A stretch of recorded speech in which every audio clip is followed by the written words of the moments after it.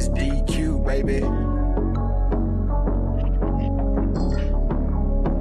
Pseudo killers, what up? What up? What up? Check.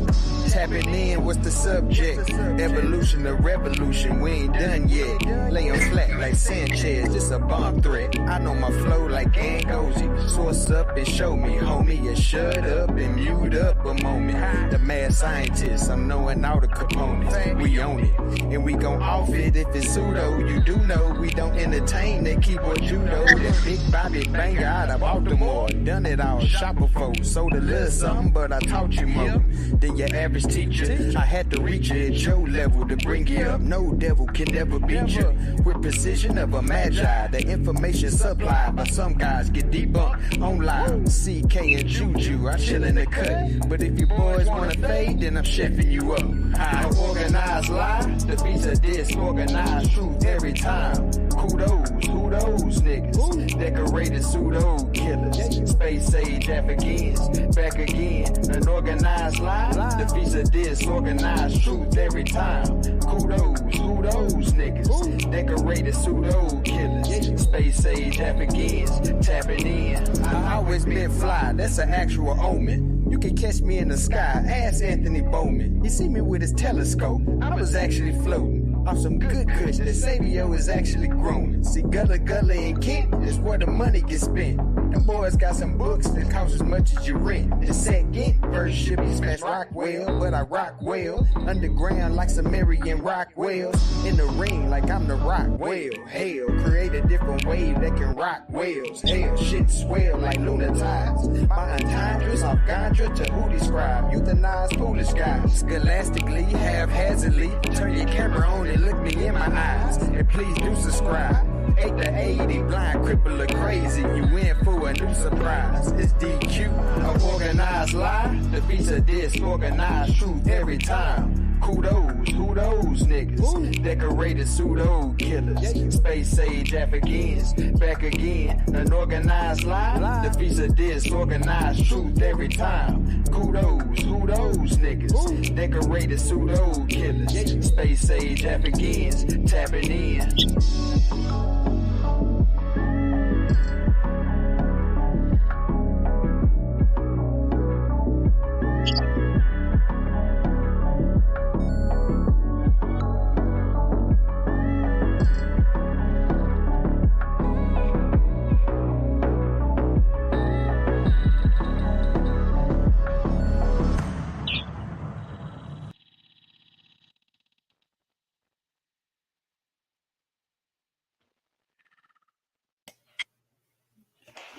I don't hear no sound, Kent. Must be on mute.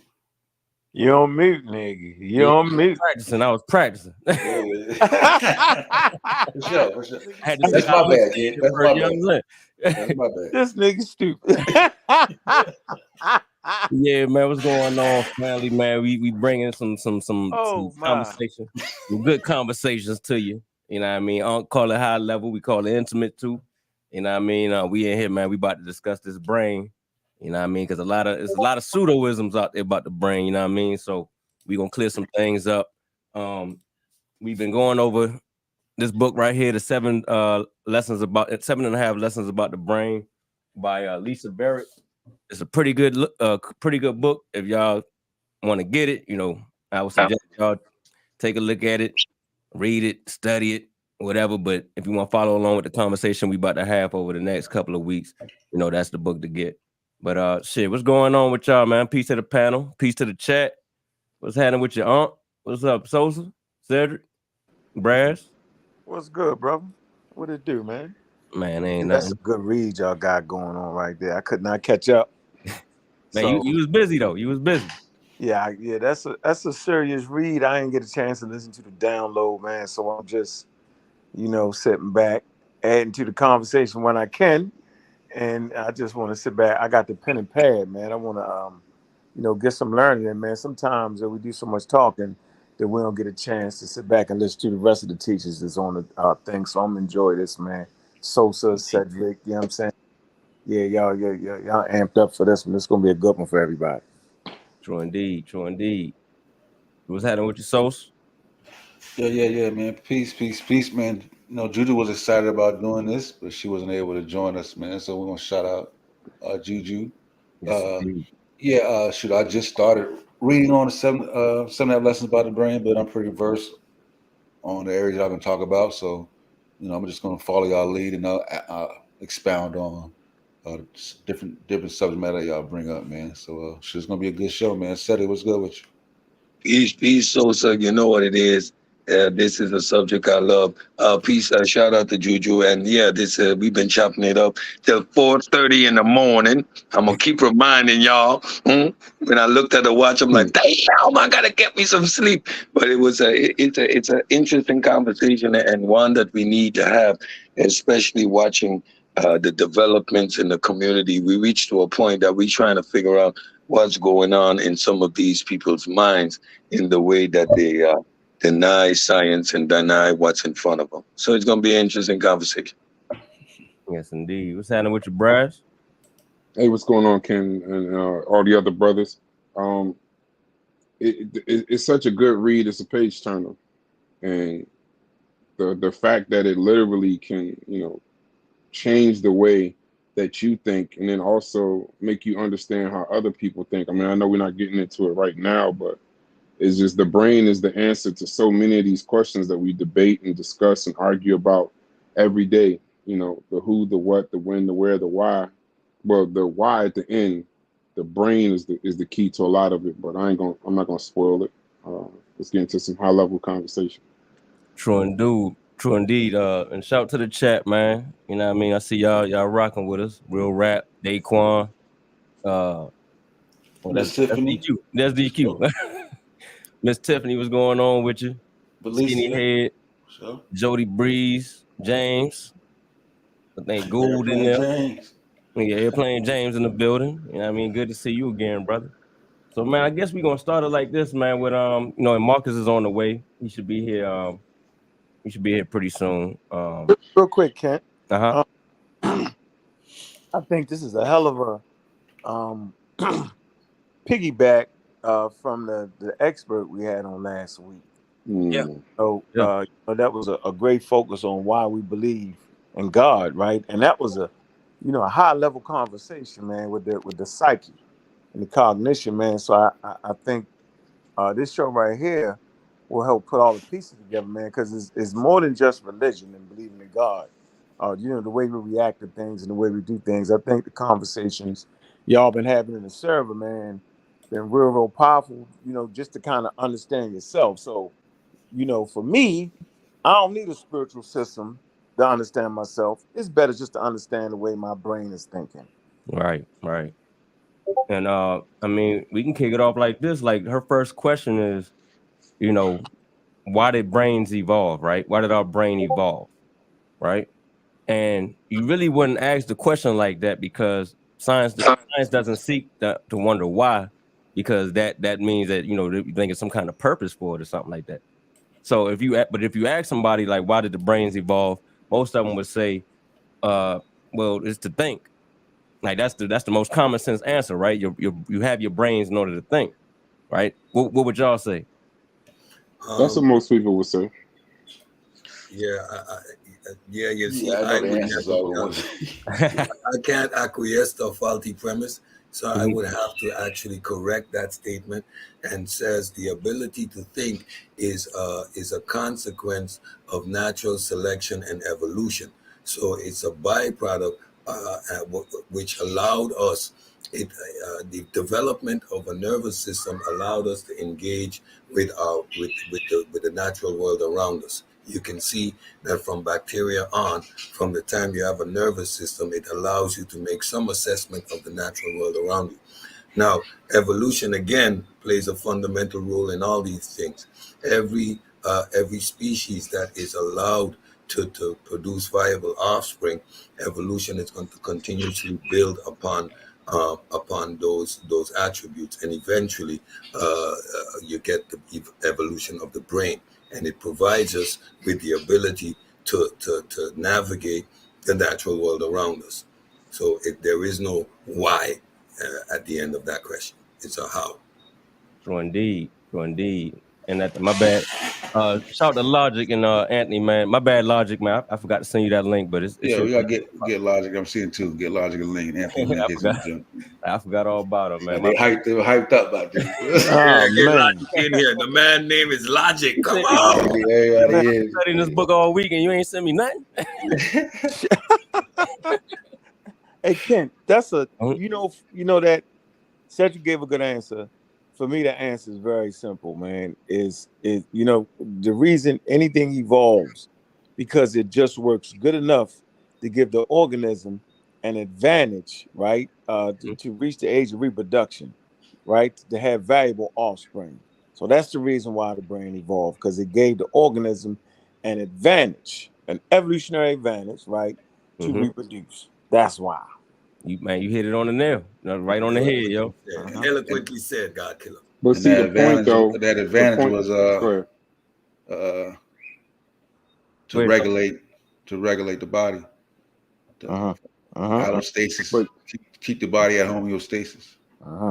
The reason, but the thing that I like about the book, though, getting back to it, is that this is not. See, a lot of times with us, it's high level thinkers in here. Cedric's these are high level thinkers. So when you ask them a question like that, it's a lot more sophisticated. But to the average person that you ask, what do you use your brain to do? They're gonna say think. I would roughly say more than half would just say to think. And then when you find out, because a lot of times to break down these notions of religion and things like that, a lot of that is because they always think what they always thought. But when if you can break that little misconception of that's not actually what your brain is for, and then back it by science, back it by the scientific method, proof, research, peer review, if they can understand that, then that'll help them with those notions that they have with other things. This book, it'll accentuate somebody like Unc or Cedric. It'll tailor their arguments, give them more pieces to use. But for the average person, this is a lesson. This is like a reboot that you didn't even know. Can I build on that a little bit? Yes, sir. A friend of mine, a cognitive a scientist, she actually expounded and says, the brain isn't designed to think. It wants to react as much as possible. The easiest way is your emotions and your feelings. So thinking, the engagement, the actual engagement in critical thinking and developing sound logic, it's not natural to the brain. So when you say we use the brain to think, that is counter to what the brain actually wants to do. Exactly. True indeed. Exactly. True indeed. So that brings us to, okay, how did it all start with, the first types of creatures, right? So hold on, I'm gonna share my screen real quick. Y'all, I'm sure y'all have heard of Amphioxus or Amphioxi. Yeah. The Lancelot. The Lancelet. Yeah, Lancelet. Yeah, I'm gonna show a picture real quick so the people can see what we talking about. Getting back to down near Luca. It's 500 million years. Yep. So it looks like this. Right here. And we say that very, very, very easy. we do say 500 million years. Yes, indeed. So these animals, like, in order for them to survive, they just stuck to the sea floor and pretty much let the food just float in their mouth. They didn't really have to do much, what I'm saying? They ate whatever drifted into them, and they really they didn't have no eyes, they didn't have no ears. That was just, that's how they lived. Yeah, no brain, nothing. It was just, I think she called it a stomach on a stick, right? So, but over time, the world started, the animals started evolving, and the creatures got a little more sophisticated. So she went into like how well, matter of fact, let me go to the article about the Amphioxus. That way we can see what, I could put this link in the chat. No matter of fact, talking about how what spurred it was the emergence of predators. And just hunting in general. Yeah, the emergence once of predators. Once the game changed, you had to evolve. Unc talks about that a lot of times, And going back to the book, it's the beauty of people who deny evolution, people who deny, how we can connect ourselves to creatures 500 million years ago. How can you do that? Well, we can do that very easily because we have connections even to something like that. You can look at a picture of that and you say, I'm not that. You can look at a picture of that, I'm not that. But no, that's your shared ancestor. That's your cousin.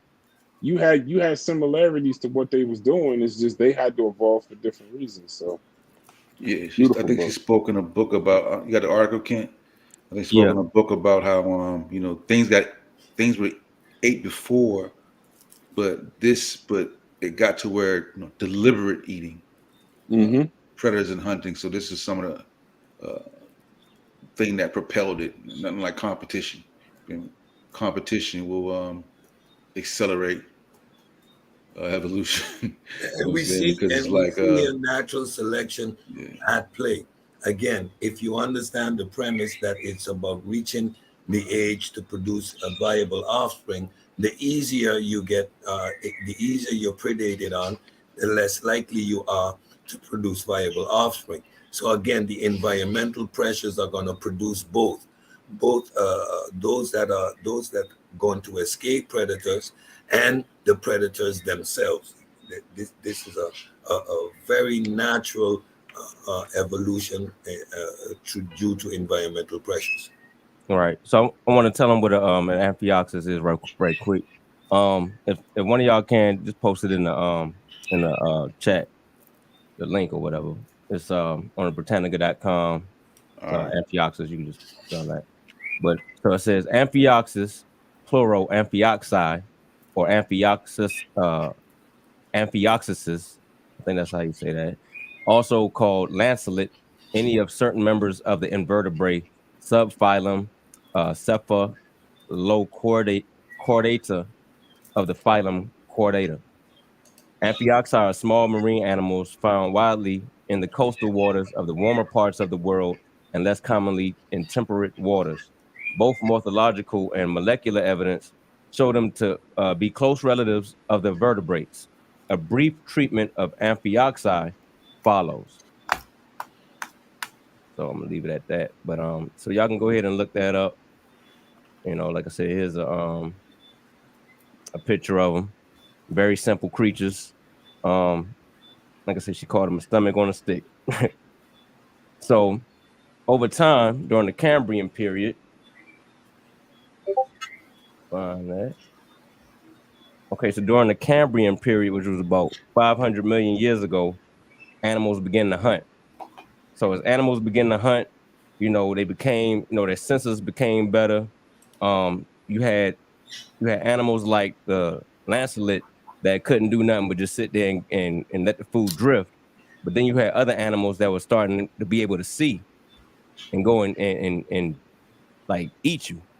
So they'll see you and then they'll go and actually be able to go and snatch you up. You know what I mean? So when that started happening, it made it to where, the only life that was able to survive was the ones that was able to dodge out the way or find a way to flee the predator. So I mean, we could build on that for a little bit. Yeah, that's crazy. Is it like Yeah. in the middle of that shit, like, oh, these niggas can actually see me? Like, Right. oh snap. Yeah, like whole time. Too late. Like, whole time you sitting there, you dealing with the old, outdated, abilities to be able to just sit there and let the food come, and now you got somebody that's creeping on you.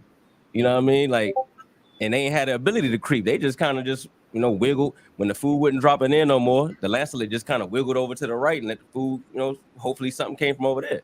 But now you got animals that's able to move and sense their body a little bit better. They able to sense their environment. They can see you. You know what I mean? I think the lancelet was able to sense light and dark, like shadows or whatever like that. So that's kind of a way that's kind of was their defense to kind of get away from predators. But over time, the emergence of predators made the planet like more dangerous and competitive. So when it became more dangerous and competitive, it made them have to, their body had to evolve into a better type of a species. in order to survive that environment. Yep, and that's why things like camouflage played essential roles. So those animals were able better able to hide in the sand and camouflage in the sand, they stand a better chance of reaching ages of reproduction, etc. Especially when the predators start to develop. Again, give it more evidence of the early selection pressures that existed and forced, but not forced evolution, but moved evolution in a specific direction. And to build on that, a lot of people, when you hear the words natural selection, a lot of times they think that this is like an orderly thing. Like it's naturally selected because you're just listening to the linguistics of it. But in actuality, the process is actually really haphazard. Like Yep. it's opportunistic. It's not something that it doesn't happen one, two, three. It's basically kind of based on need. So what happened with this particular animal, it didn't know, like, animals ate each other, but they didn't know it was hunting. So then when the Cambrian period came, now you're looking at, this because it had no eyes, but it could see. It had no real ears and nothing like that, but it could sense. It could sense a change in the water. It could sense shadows and things like that. But now it went from, I'm just gonna lay here and swing in the water and eat whatever comes. It didn't even have sense to know, all right, I'm gonna go over there because there's more food over there. It just left because there was no food coming where it is. So I'm gonna go somewhere else, and hopefully there's some food over there, like you said, Kent. But then to take it a step further, now when it senses that blob over there, the thought is not automatically food. Is that thing coming to eat me? Right. So now I have to evolve. Because if I don't, then you just become food. So it's just that connection to 500 million years ago opened my eyes up in this book. Yeah, well, not have to evolve. You'll die. They'll just go extinct. You know what I'm saying? Exactly. And how many? You know what I'm saying? So what happens? One of them, they started to develop. A few of them developed this sensory to move away. Like they were very simple at first. Right. If the food was low, basically the cell would be like, should ain't no food there, go someplace else, and they would just go to another location. And if some type of shadow came up, they would dart. So right. Let's not forget, 99% of all the life on the planet became extinct. So, like, you would, just because you was existing didn't mean you was guaranteed all the existence on this planet. Like if you didn't your evolutionary competition and you ain't make it, and you couldn't even, what I'm saying, your abilities wasn't fit with what was around you, like the predators was way better than you, you just went out of what you about to say, Art? Oh, no. My bad. We'll read about you in a wiki. I can add something to it though. We'll read about you in a wiki. Yeah, right. Yeah, I think that's I think it's just vital to understand natural selection. Yeah, I was kind of touching on it, but there's artificial selection, and that's what humans do. And so we always like to say that if human beings can do like selective breeding and things of that nature to make like different breeds of horses and dogs, then what nature does is natural selection, and it actually has no direction to it. It just gives the organism just enough, and to speak to the just enough, 99% of all living organisms ain't make it anyway. So this whole thing about the creator did this or did that, not really trying to add into the conversation, means that's wild, right? That only 99% of anything that has ever came to be has been extinct, and humans are actually the last line. We the last line. So the whole of humans. So I mean, that's very interesting to me, and that's the spot we at right now with this conversation is a great. I done gave people the prerequisite for the last 15 years, and so this conversation right here will actually feed into the edge of the education. Yeah, but understanding evolution is vital for reading this book. I can just tell right off the top. Oh yeah. One of the things she noted was that new creatures had more sophisticated kinds of movement. So like my man was saying, as the what was it, amphyxia? I be forgetting that word sometimes. But as it was just floating like that, and you got other organisms that can dart over here and dart over here and swim backward and do all kind of stuff. You know, that was kind of like the evolution favored them. You know, evolution favored them, and they could do the task more efficiently as far as how they was doing it. But Marcus, man, what's happening with you, man? I see you just came up in the building. Peace to the panel. Peace to the chat. Peace, Marcus. What's up with your logic? What's up with y'all, man? Just chilling. This is definitely a fun little conversation right here. This is exactly where it's at. It get a lot of people out the game real early. You know what I'm saying? Because you kind of can't you can't mix anything along with it and be able to get it correct. You know what I'm saying? If you understanding that, like the lady says in the book, though, like that's really like the most profound thing in the whole chapter.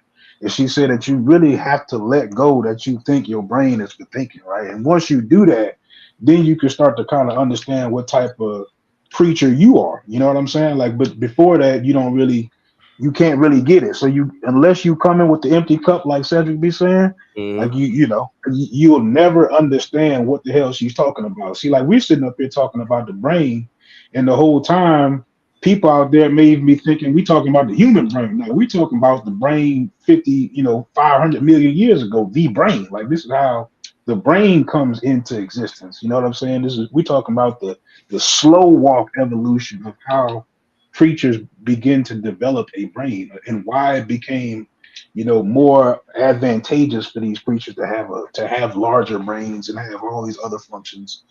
So this is a good topic right here. I like where this is at. Yes, indeed. Mark, I know you wanted to touch on something. I wasn't sure what part you wanted to jump in on. If you still can hear me. Yeah, I won't go past your part. No, I'm following along. Y'all hit all the points. There's a statement in Robert Sapolsky's book, Behave. I think I want to read a little section of that quote that I think will be helpful in this conversation. It's dealing with evolution, and you really can't make sense of biology without evolution. Like it just doesn't make sense without it. Yep, that's why it's called evolutionary biology, and it is we've been saying it a long time already. When you go into the labs, you don't need a human cadaver to study and understand how the human body it functions. You do that on more primitive species because the general makeup is exactly the same. That's a testament to our evolutionary history, and thus so also with the brain, right? The brain is primarily an organ that allows us to navigate and interact with our environment, and especially with the human brain. You see, a lot of development was around survival. Our whole premise was to survive, and a larger brain allowed for that particular aspect of evolution or of reality, our ability to survive. Well, indeed. You talking about? Yeah, what was the name of the animal you was talking about that was moving a certain way?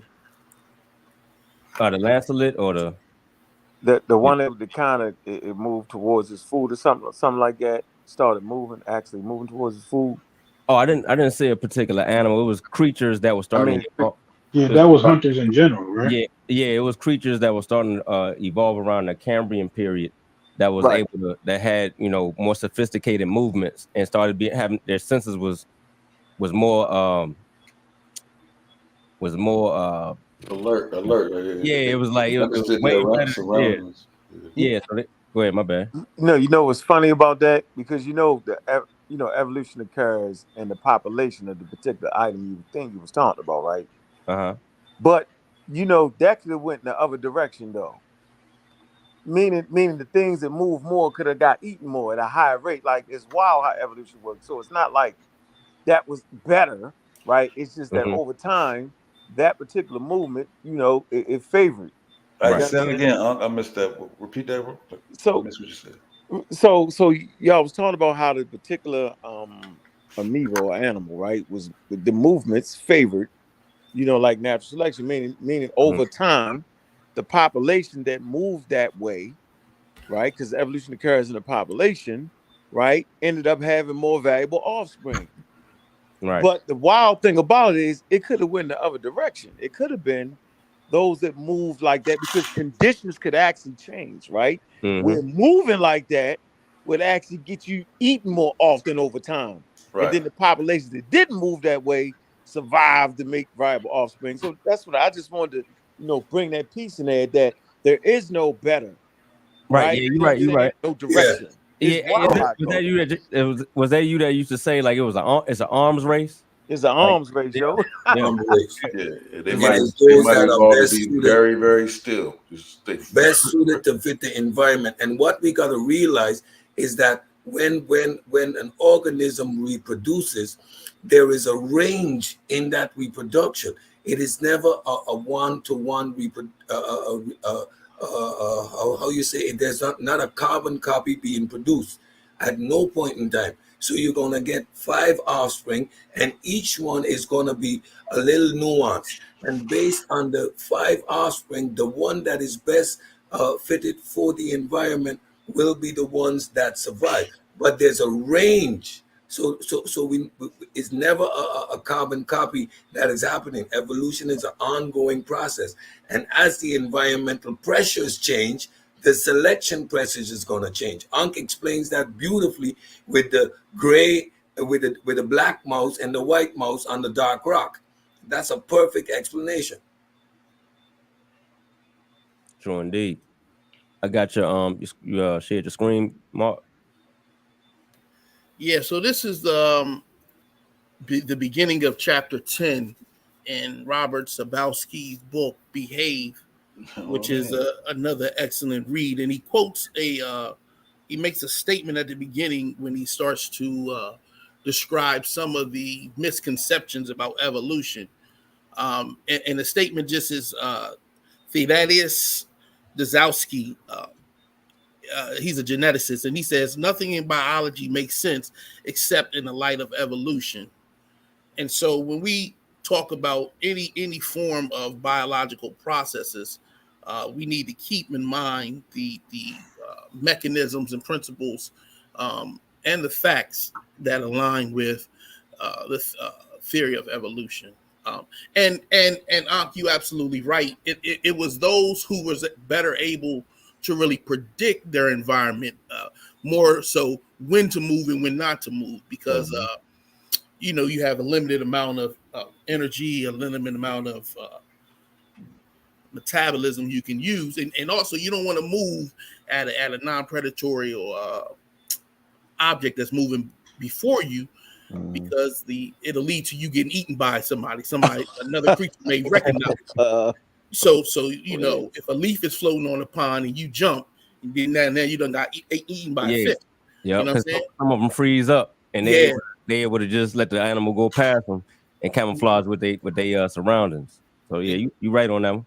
exactly. So that's the ability to predict both your body needs and dangers and threats uh, is one of the mechanisms that allowed you to pass on your genes. Well, indeed. One of the strong statements that she made in the book in the first chapter around this time is that she said that hunting didn't require a brain, but it went a long way towards developing one. Mm-hmm. So it's like it's just these misconceptions of the brain that a person would have, because you would think like, oh yeah, it would just be the smarter animal. No, it's just based on evolution. At some point, when this thing was just laying there eating, something sensed other animals. Okay, that's one part. And then something went and ate it. But then that's the second part. But then there's a third part. It deliberately went and ate it. That's Right. hunting. So it's not that it just saw, it knew it was there. Okay. Now, not only am I gonna eat you, but I'm gonna sense something else. I'm gonna seek it out and I'm gonna deliberately eat it. And now that's my means of food. You know, that's just beautiful. The fact that you would say that the method of hunting didn't need a brain, but it moved us towards needing one or evolving into one. That's amazing. Yeah, because they could sense their environment, right? So the Right. animals that were better able to sense their environment, they were more likely to survive and thrive. Like the lancelet couldn't sense their environment; they just went with the flow. You know what I mean? They didn't know what was down that way. You know, 10, 15 feet out, they just kind of caught it. You got another animal that can see its surroundings, can see prey, predators, can see prey. Um, you know, just knows Make the how to, dis- can. What you say?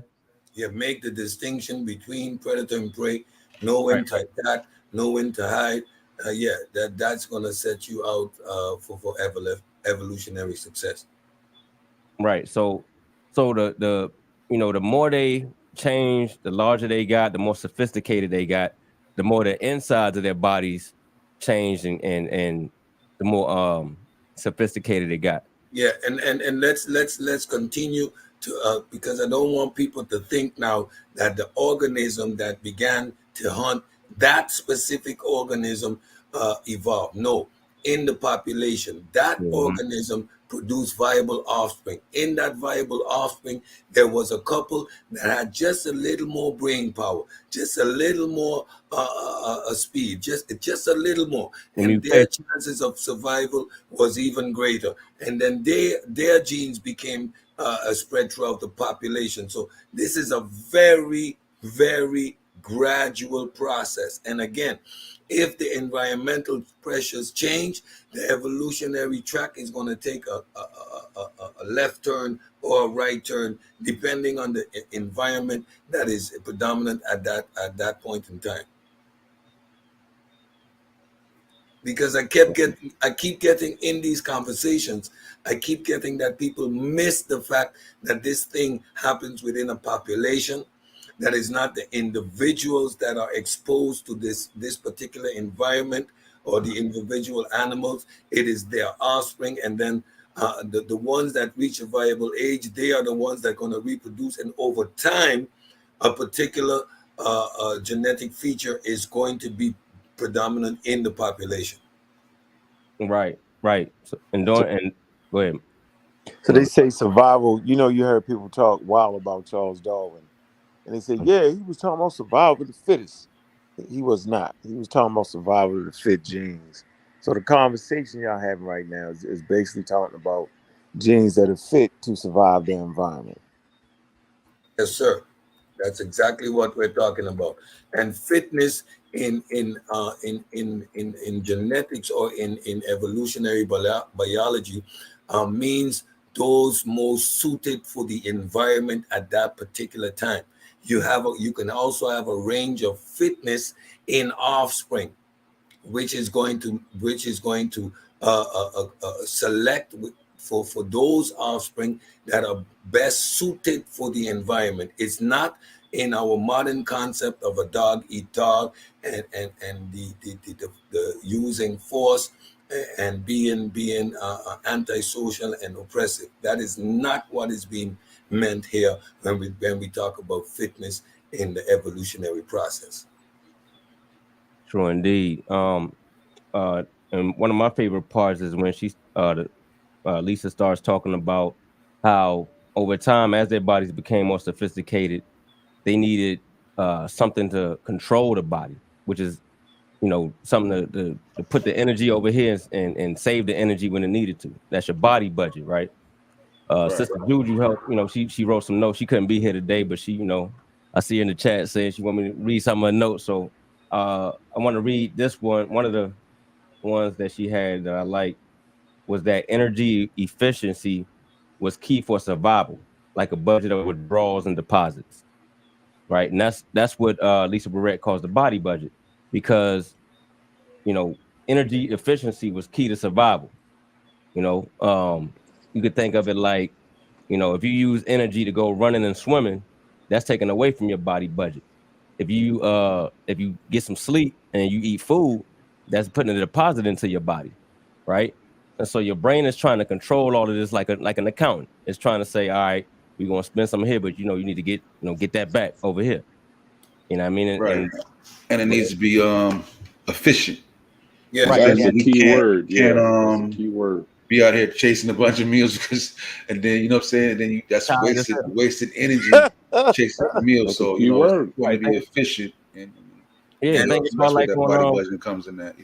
I sometimes watch nature shows, right? Sometimes I watch some nature shows where you see the lion, you like, yo, I know the lion about to kill everything, or the cheetah or whatever about to kill everything moving, ain't nothing gonna stop it.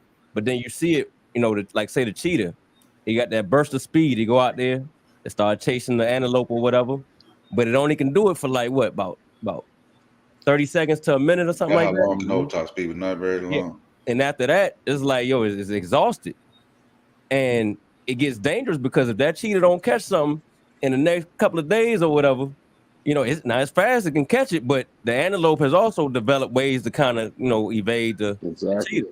You know what I'm saying? So if that cheetah uses too much of his body, of his energy, and it's too exhausted to even hunt anymore, and it doesn't eat to replenish to put the deposits back in there, then the cheetah probably mess around and die. You know what I'm saying? Right. That's why it cuts it off at that short. This is not going to just keep chasing me over 10 miles and running in circles. And you're like, oh, you got it. But see, now you really natural selection pressure, because the conservation of energy is one of the building blocks of physics, of reality, right? So nature seeks to conserve energy at all costs. That's why planets are round, etc. So it would be expected that even life is subjected to these forces, and the conservation of energy goes right along with the natural selection pressures.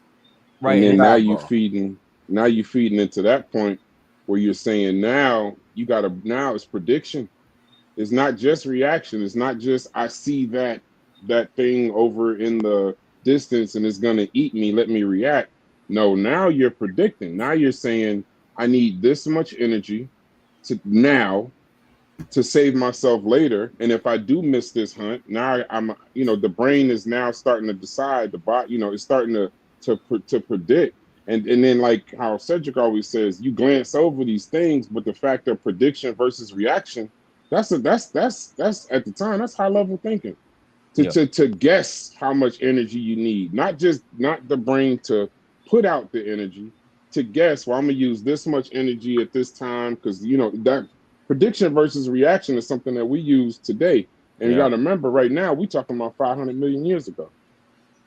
Quick sidebar. Watch this. So that's what made, and I know I'm speeding up, and we just take it back, right? But that's what made, the humans the apex predators. Yep. Because they could just run your ass down. They could run for days after an animal. The animal would the heart overheat, die. That's the ball game, right? That's why humans, Homo sapiens, aren't vegans. Because you had to eat all day to maintain the energy. So the fact that they could digest meat with those particular enzymes, right? And so we're talking about energy and conservation of energy. So you lost gut size, right? And gained brain size based off of the type of proteins you was eating. And you adapted to eat meat, right? And the ability to eat meat gave you energy all day off of one meal. Now you can sit back and think of other things. Now you can do other things. So this energy aspect is very, very important. Food source, brains, how much energy does the brain take? That's why really humans, you fight being lazy every day, because you're always trying to cut corners. You don't even realize it, because you're not trying to use energy. Yep. I just want to sidebar that. Hey, side note. You ever seen the damn Koi song when they chase behind that prey? The niggas are trotting. Ball game, yo. The niggas be like, doop.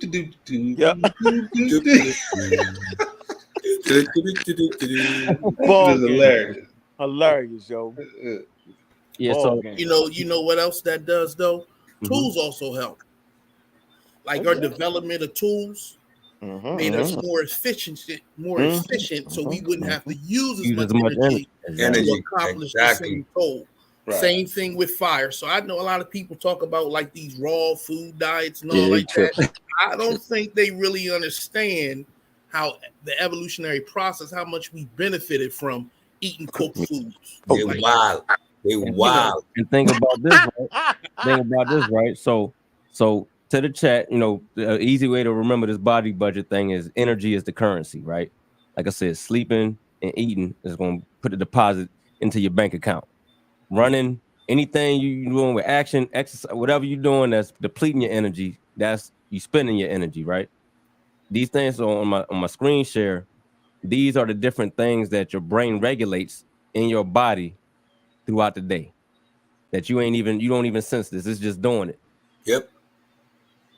You know what I mean? And it's back to what y'all was saying a little bit, because I meant to say this while y'all was talking or whatever, right?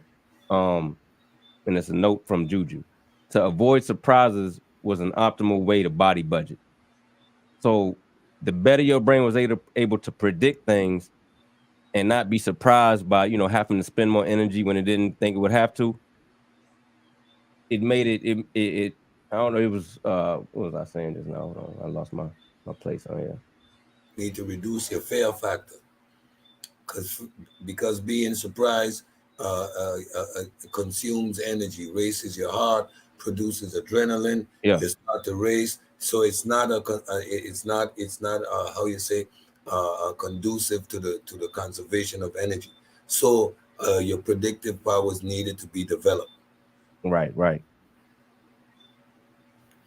and we actually use that now even in like sports, right? So I'm a football fan. You know, most people in the Discord know I'm big on football, right? And if you predict where the quarterback is going to throw the ball, it tends to end up being an interception. So we actually use these prediction models even now in everyday lives and in things we do, functioning just like evolution to a degree. Yeah, shooting a basketball, same thing. You got to predict where it's gonna go, And in trajectory, and all You that. know what's the craziest early thing hunter too gatherers. about your brain? And this is probably way a little further up, but like, let's say like when you drink a glass of water, right? And you feel satiated. It takes 20 minutes or so for that water so to work itself through your bloodstream. But your brain makes the prediction based on the fact that you drink your water and sets in motion all that shit. Because in sense you ain't really got there yet. But your brain makes the prediction that based on the water you drink that everything's gonna be okay. So we need to get this going, set that emotion, get that good feeling going, that relaxation. Yeah. That's just dope. Oh yeah, that's super dope right there. That was interesting. Our ability to anticipate. You like Unc says, we can watch a steak on the TV screen and know and sense how that tastes. Our ability to anticipate and predict, that was also an evolutionary advantage that put us where we are today. So I know where y'all going at, and it's wild, right? And I'm gonna tell you why. The same predictions and the same things that y'all talking about, these small organisms, right? It's the same things that caused, our species to evolve, and the ones that predate us, the apes and stuff like that. Being in trees, the same process, the same arms race, the same things, the same thing with the believing brain. I mean, why you believe things? Why you so jumpy and spooky? Because those that was more spooky and jumpy, right? They made it to the age of reproduction, and those that carry those genes of being very, very spooky, meaning you run from every damn thing, no matter how little it is, right? No matter how big it is, you get the hell out the way, right? And later on, as the story goes, in reality, it was co-opted by, quote unquote, African spirituality. I just wanted to throw that in. I knew you was gonna do that. I'm sitting up here I was trying in there. trying I to was not go to listening to chapter him. 3. Y'all just Wait, I going to was chapter 3 listening like to a him mug. speak. I was listening to him talk, and I just knew. I said, I know he gonna bring this home with African spirituality. But it's actually so because we're talking about the brain. Yes. When you're involved in things that try to remove your brain, it's not good for you. Your brain is there to give you that budget.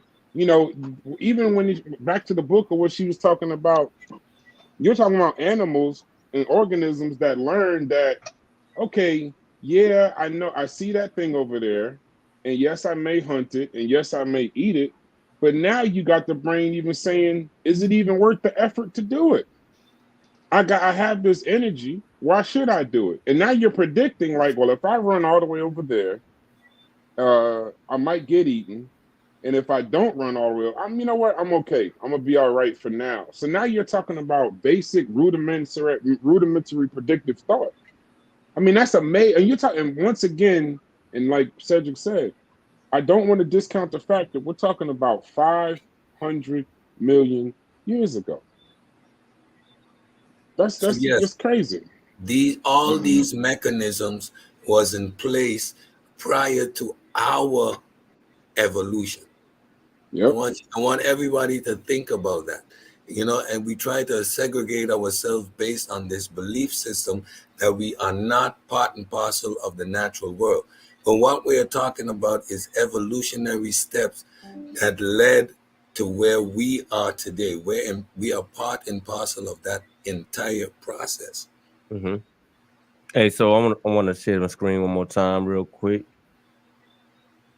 All right, so the scientific word for the whole the reason our body does that, allostasis, right? Can y'all, is the words Yep. big enough for that? Yep. Okay. So it says allostasis is the efficient regulation required to prepare the body to satisfy its needs For before Homo they sapiens. arise by budgeting those needed resources such as oxygen, insulin, etc., etc., as opposed to homeostasis, in which the goal is a steady state. Allostasis, stability through variation, was proposed by Peter Sterling and Joseph Ayer in 1988 as a new model of psychological regulation. The goal, Physiological. oh, my bad, physiological regulation. The goal of every living being is to find and maintain a steady state for survival, which is achieved through allostasis and homeostasis.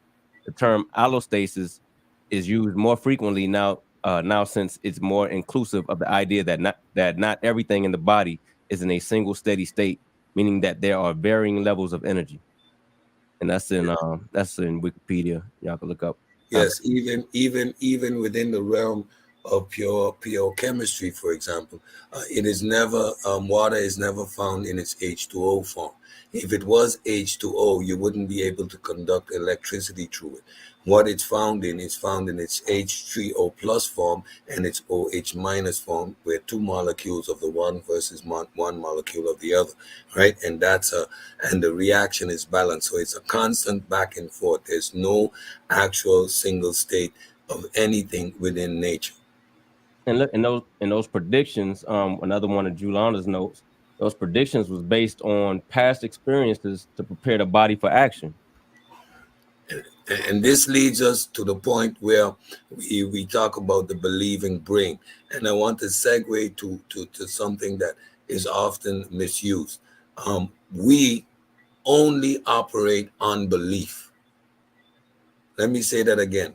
Everything that you do is based on belief. If you do not believe that that's a bear in the bush, you're not going to run. You run based on your belief that the bear is there. We operate on the tenets of science because we see that science gives us the most true and accurate things to believe in this world. Our imagination will allow us to come up with all kind of ideas, and wrong ideas stimulate wrong action. So, but at the end of the day, you cannot get around the fact that you operate off and out of a belief. Well, indeed. So, speaking to that, I had posted in a Discord a graph that helps explain the importance of the information you get and the sources that we use. Um, because we have a tendency to believe, science helps us to somewhat regulate that, to limit how far we go, so we can find objective truths, despite what we may believe. But everyone's not going to actually be able to do that.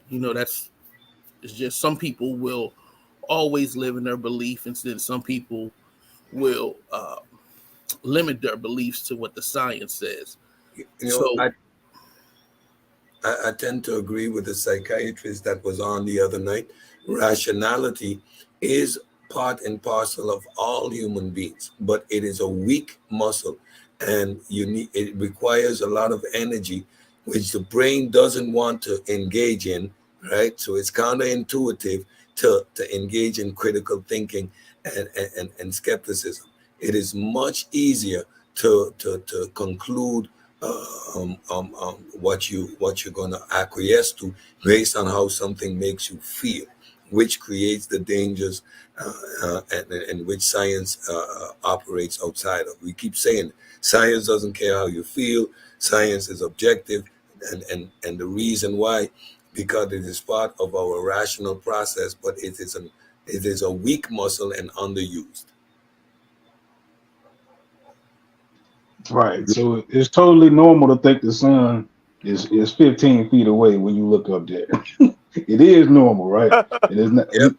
It's not until we get the tools to where we can actually verify it. You know what I'm saying? To where you really realize that you gotta fight yourself. You know what I'm saying, to actually come up with the conclusion, right? Like that's really how like strange and how difficult it is to grasp the whole concept. Like your brain is trying to trick you into just being like, man, don't worry about that shit. It's only 20 miles up there or whatever. You know what I'm saying? Right. It's not until you get the tools to be able to verify it and measure it to where you can have a scientific approach to it. Right. That's super interesting right there. That's very good. Yeah, one of the Why do reasons. you think that the sun is yellow? Because you see it, it looks yellow. You look at it. Yeah, You know what I'm saying? must be yellow. Right? One of the reasons you don't want to rely on belief, right? It's another thing she noted was in the book, creatures that predicted correctly did well.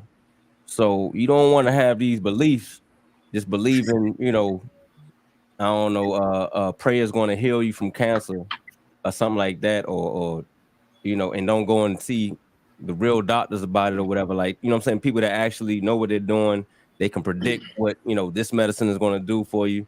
They can give you something that's really going to help you compared to, you predicting the wrong way that this other thing is going to help you out. I said it. Yeah, like you want to say something? Yeah, I said it the other night.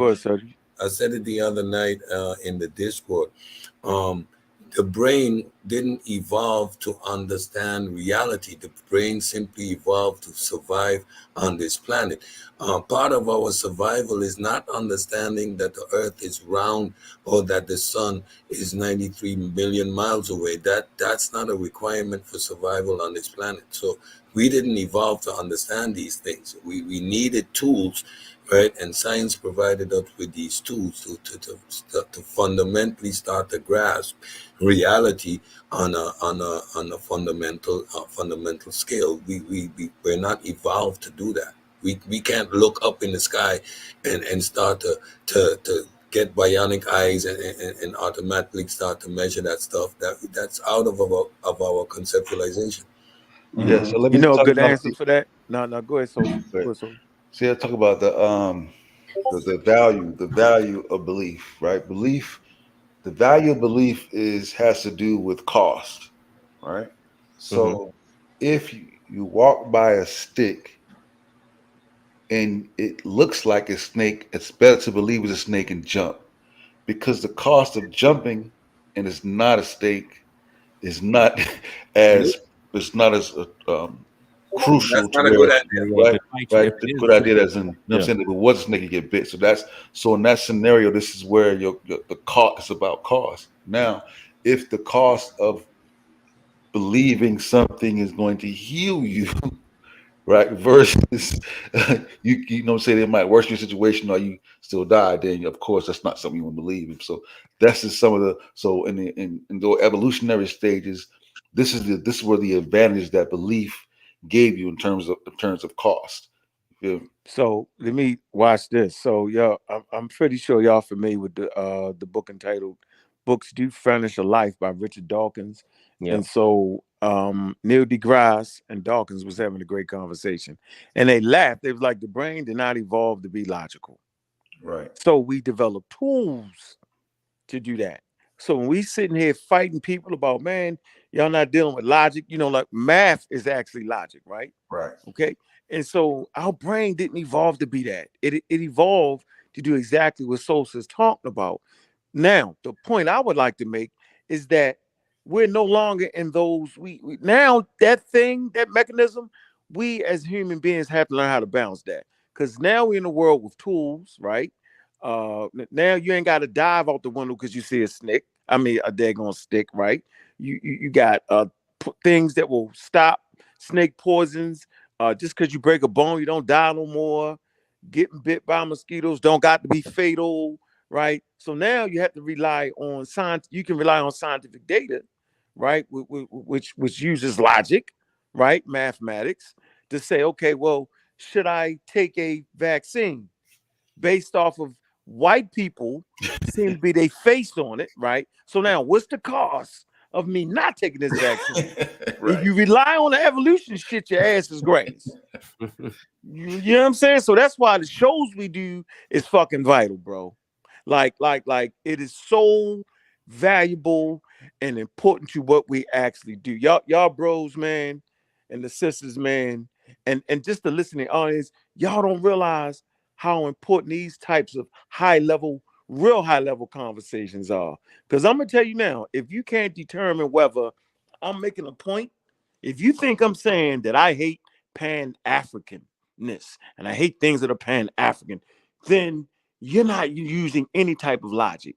My point is that the data that these black algae and quote unquote Pan-Africanists is so outdated that it puts us in a position, right, at a higher cost for us to lose in the very struggle that y'all claim to be fighting for.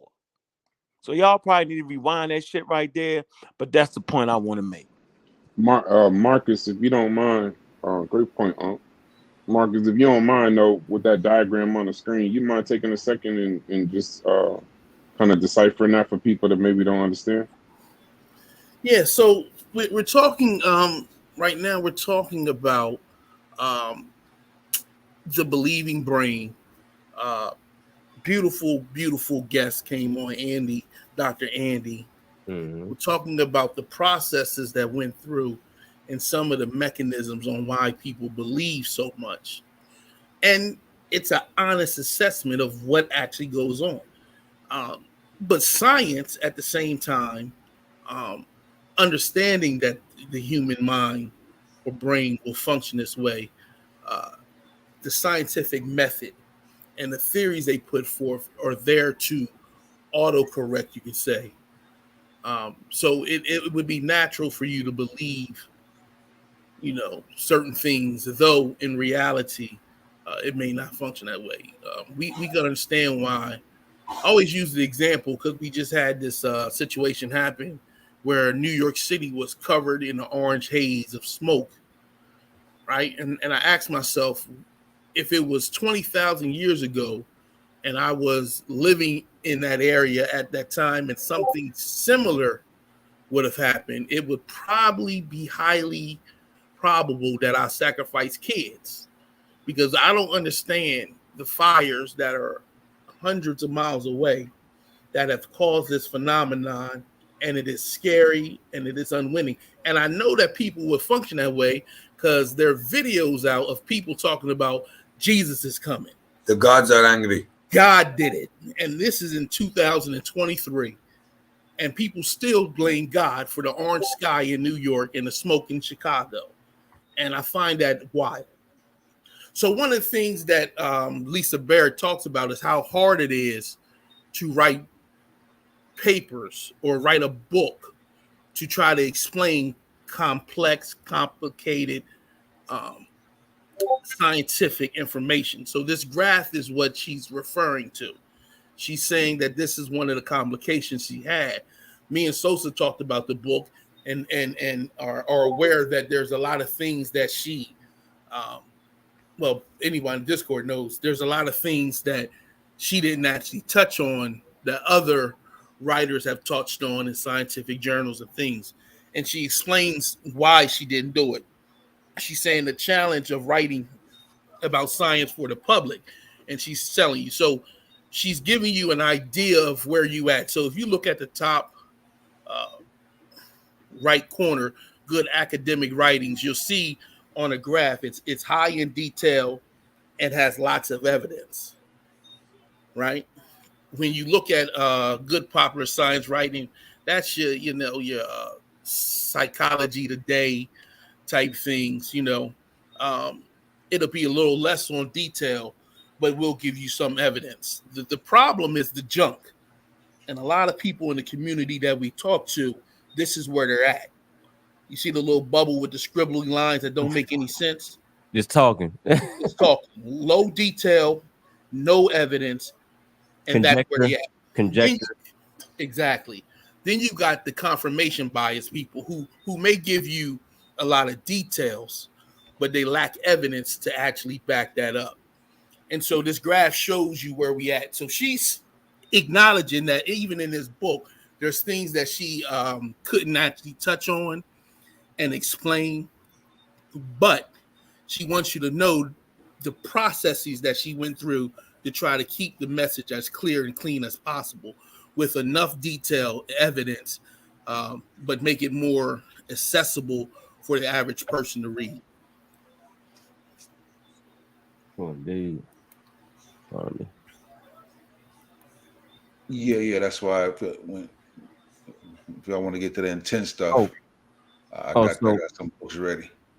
So that also brings up, what about intelligent design? I think when we talk about the whole how the brain evolved to how it got to where it is now, that knocks intelligent design right out the window. It kills it. Retarded design. You called it retarded. It kills it. Like immediately kills it. The intelligent design is just a word play. It is basically saying God did it by trying to use or hijack scientific terminology. When you get things like irreducible complexity, all it's saying is God must have proved it, right? But they use scientific jargon, but they don't stand on any science. Furthermore, they don't have any experiments, and fundamentally they can't make any predictions. All it is a philosophical engagement in trying to undermine the tenets of science by using improper epistemology. Epistemology is how do we know what we know? How do we distinguish what is imagination from reality? And far too often, even in many of these discussions, like with Sekou. Sekou has no epistemology. Sekou's premises are based on presuppositions, and he sneaks in his misinterpretation of what science is, which allows him to create a false equivocation between spirituality and science. It is all rooted in a flawed a set of reasoning skills. He engages in post hoc rationalization, and he shoehorns as the best of them. But when you let's keep it back on. Let's keep it on the brain, Lisa Barrett. You know what I'm saying? Like, with it, yo. we don't want to get. We ain't trying to get no light right now. But again, this is all based on the believing brain and the inability to use the tools provided to us to conquer or counter these misconceptions that the brain can produce. Yeah, I think as we do more like we get into this conversation, we do more shows, you're going to see just how many kinks you have in the brain, not as well as how many valuable how valuable it is. You can also see all the kinks you have in the brain, like confirmation bias. You have what's called rhyme as reason, rhyme as reason bias. You tend to believe things that rhyme, like Yep. they like the O.J. Simpson. If it don't fit, you must have quit. They think in part that played in role in helping free O.J. Simpson. So we have these different types of Causation, confirmation correlation, biases that our fallacy. brain acquiesce to. So as we do more shows, we'll be able to bring them out, and Yeah, it's the going to really be causation interesting. correlation fallacy is one of the oldest ones, and you can understand how that would be one of the oldest ones. You know, you hear a sound in the bush, must be a lion, run away. And Yeah. then you got to think too that technically, if you're looking at, and it's going back to the book, we're still not even at the point where there's a justification for even needing a brain. Because, like, I mean, you got to think about it. We're talking about hunting, we're talking about prediction and things like that. Those are uses.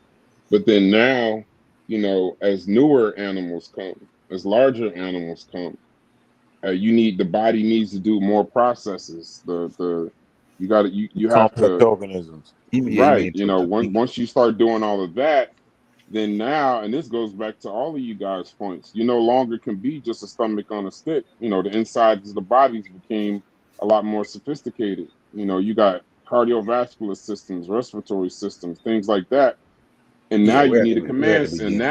and now you get into that point where now you need a command center, and then that's where the brain comes in. So Yeah, that kills all of the other stuff. It kills all of the other things.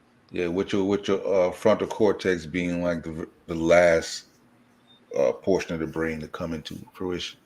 True indeed. Exactly. That's your executive decision maker. That's the shit that keeps you in line and makes you do the hard thing the hard thing when it's the right thing to do. You know what I mean? It's Right. trying to make you make good decisions.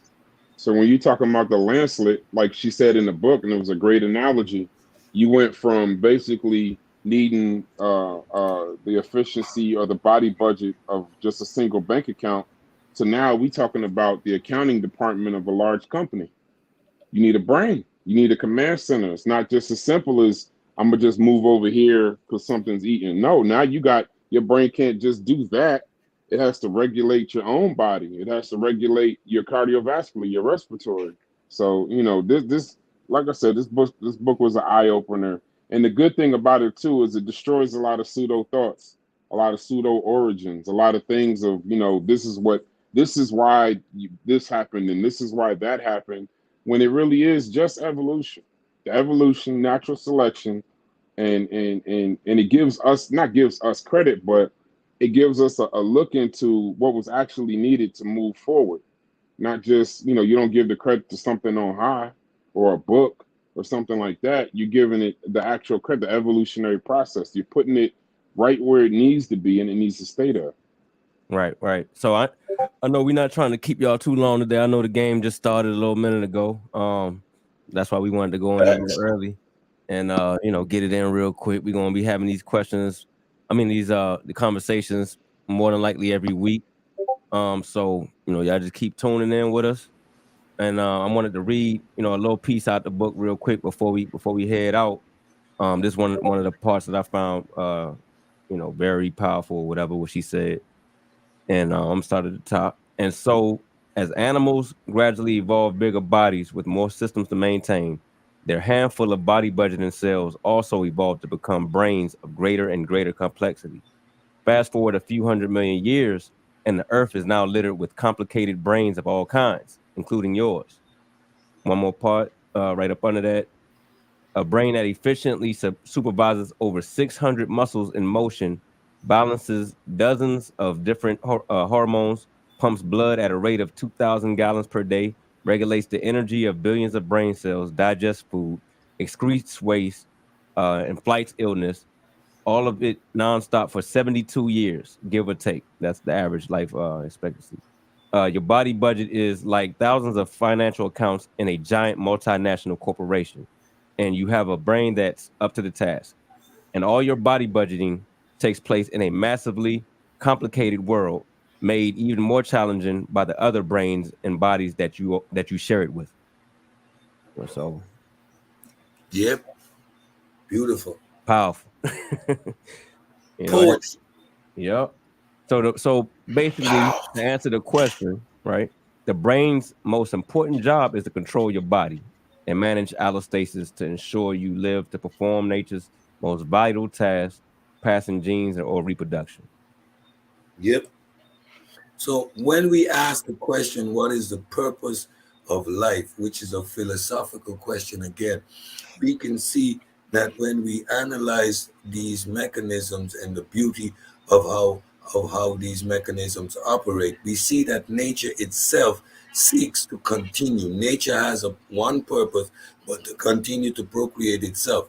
And with regards to purpose, each individual on this planet and around the world is fortunate to give themselves and their lives purpose. You know what I mean? So when we try to conflate these natural mechanisms with philosophical questions, and most of these philosophical questions are one that requires an individual answer, we see that there's a problem with your ability to reason coherently. True indeed. Any final Yep. words, man, from the panel, man? So you got anything you want Yeah, to man. get Good out? bill, man. Enjoy the conversation, man. Marcus, Logic, Cedric, Brass. But man, Kent, good show, man. You know what it is, man. Pseudo Killers on deck. Till next Pseudo time. killers on deck. True indeed. True Anybody indeed. can get it. Nah, man. I mean, I want to double down on that quote right there because, like the lady said, once you let go of the fact that your brain is not so unique as you think it is, right? That we just evolved in different conditions than some of these other creatures. Then that's when you really begin to be able to understand a lot of the other processes. You know what I'm saying? But you have to let that notion go to be able to fully really understand the whole evolution process. That's super deep for me. I mean, that's the last thing I just want to add. But that's serious right there. True indeed. Appreciate you, brother. What's happening with your brass, man? Any final words? Yeah, and a great show. Like the video. Support PK. I love this kind of stuff. But in closing for me, because we're right at the end of the intro, it's the thing that Cedric always says. She said just to take a small piece. Your brain continually invests your energy in the hopes of earning a good return, such as food, shelter, affection, or physical protection, so you can perform nature's most vital task, passing your genes to the next generation. That is just, I don't know. In a nutshell, that summed up the intro for me. True Yep. indeed. I appreciate you. Mark, what's happening with you? Yeah. Yeah, I'm here. I'm here. Any final words, man? We about to head on out. Yeah, I think it was a great show. You know, we ready for the next one. I think we touched on some subjects, and I think that as we get more into it, we'll be touching on a lot of subjects and topics that may be beneficial to the community to which we're trying to serve. So, I think it was a great show. So, True indeed. And Jolanda, we looking for you to be at the next one now. We man, if y'all not in the Discord, man, we invite y'all to come out, man, and build with us, man. We had some deep conversations in there. So yeah, that's it, man. We gonna head out on my boy DQ. And we gonna go ahead and watch these cowgirls lose. You know what I mean?